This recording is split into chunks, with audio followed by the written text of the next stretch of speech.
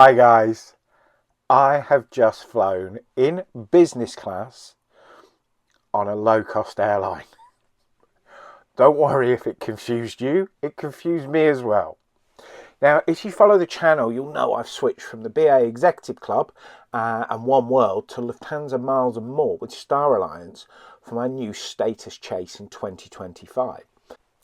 So whilst I was researching this chase, I noticed you've got exactly the same amount of points flying with Eurowings, Lufthansa's low-cost airline, as with flying Lufthansa, the carrier airline itself.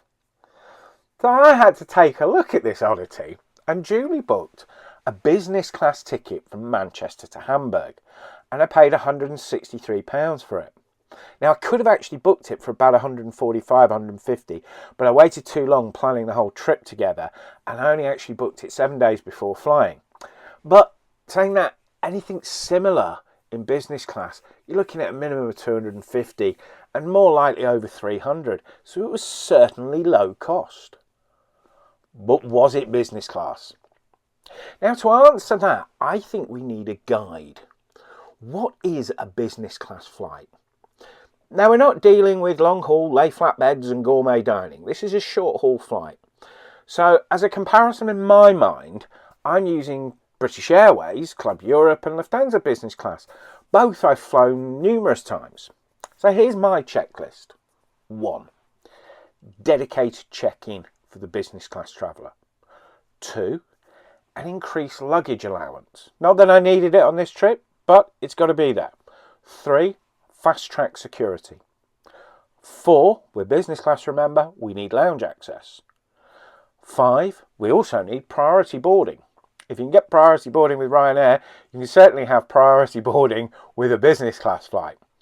Now, comparing it to BA and Lufthansa, what a lot of European carriers do, and not all, is their business class is a similar seat to the economy, but they leave the middle seat empty.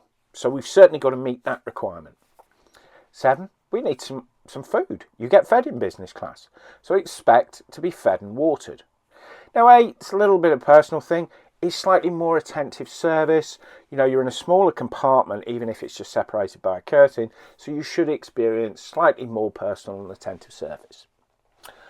Okay, let's see how Eurowings, low-cost budget airline, business class gets on. Now, the first thing that put a smile on my face was Eurowings flies from Terminal 2 at Manchester. And as I'm no fan of Terminal 1 or 3, it was nice to be flying from T2, which quite simply feels like a proper airport. Now, as I mentioned earlier, I only had carry-on luggage and had checked in online, so I didn't need to check in at the desk. But I checked, and it was there. Dedicated check-in for business class passengers and frequent flyer and senator card holders. Okay, box number 1 ticked. Box 2, luggage. Yep, it's fair to say I could have taken with me a lot more. About 70 kilos more.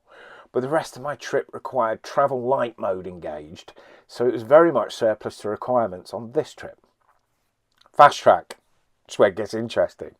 I asked the chap at the fast track gate, does Eurowings business class have fast track? It was new to him, he didn't know. So he just said to me, just try your luck. So I scanned my boarding card, gate lit up, green, and I was through. 3 out of 3, we are rocking, people. Now, after a good walk around the new Terminal 2, I did enjoy Terminal 2. I'm not going to dwell on it here. I might put a bit more in some other videos. But as I said, it's high ceilings. The new extension, it's good. I'm happy. So yes, Terminal 2, that's where I want to fly from at Manchester. So, 3 out of 3. I thought I'd celebrate with a drink in the lounge. Yes, we have a lounge. The Aspire Lounge at T2. Beer was free and cold, and the food was hot. Now, as lounges go, it's not galleries first at T5 Heathrow, but it's the same as you get with British Airways over at T3. Now, I relaxed for over an hour as I had plenty of time, had a couple of beers, a couple of small plates of food, and then wandered off to my gate to board. And guess what? Priority boarding, of course. Now, at this point, I'm seriously impressed. Eurowings were matching carrier airlines at every turn. Surely something had to change. And it did when I got in my seat. Yes, the middle seat was blocked off. In fact, I had the whole row to myself for the flight. Now, the seats were not contoured leather, but you know what? They all had extra blooming leg room. You do not get that on British Airways Club Europe. Only a few seats in Club Europe have extra leg room. So Eurowings weren't just matching carrier options, it was now beating them. I was smiling from ear to ear. Not only was this looking like a really good flight, it was looking great for picking up a lot of points using this Eurowings option. Now, as they do have a few intercontinental routes with 200 points up for grabs, most notably Berlin to Dubai, which is about £300 each way. So that's about a 6-hour flight, and I was really wary about booking this before I actually saw the product. Now, I would be more than happy to take the flight, charge up the iPad, take a decent meal on board.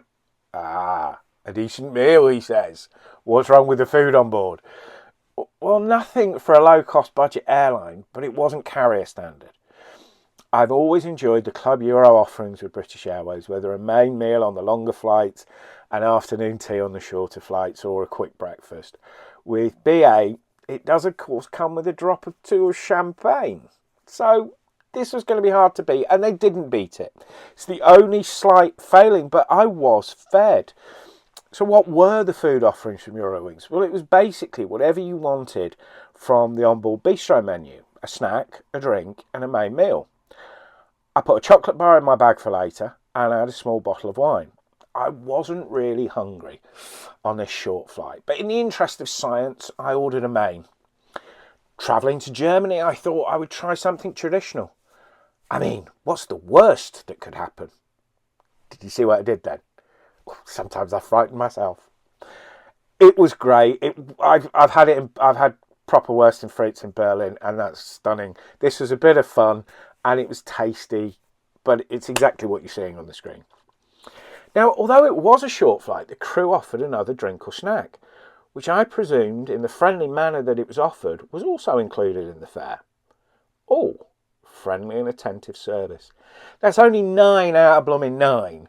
Now, I can't argue with those stats, and I can't argue with how I enjoyed the whole experience. I don't think it kind of had that je ne sais quoi feeling I've had flying Club Europe with BA over the years.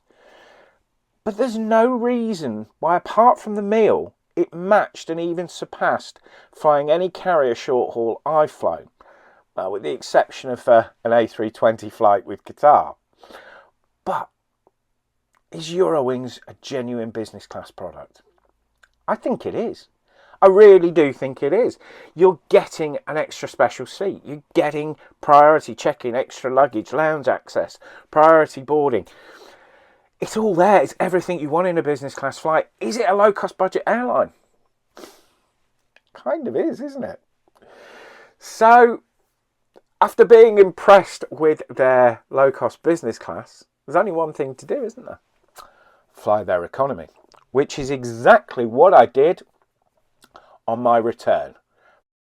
So, if you'd like to see how I got on with Eurowings in economy, perhaps closer to a low-cost airline, then you know what to do. Click the subscribe button, ring the bell, and YouTube will notify you when I publish that video. But there's a very good chance it'll be next Thursday at 4 o'clock. Thank you so much for watching. Let me know what you think. Do you really think this is a business class product? Or do you think it's a low-cost airline in a frilly dress? Let me know what you think in the comments. Take care, guys, and I'll see you next time.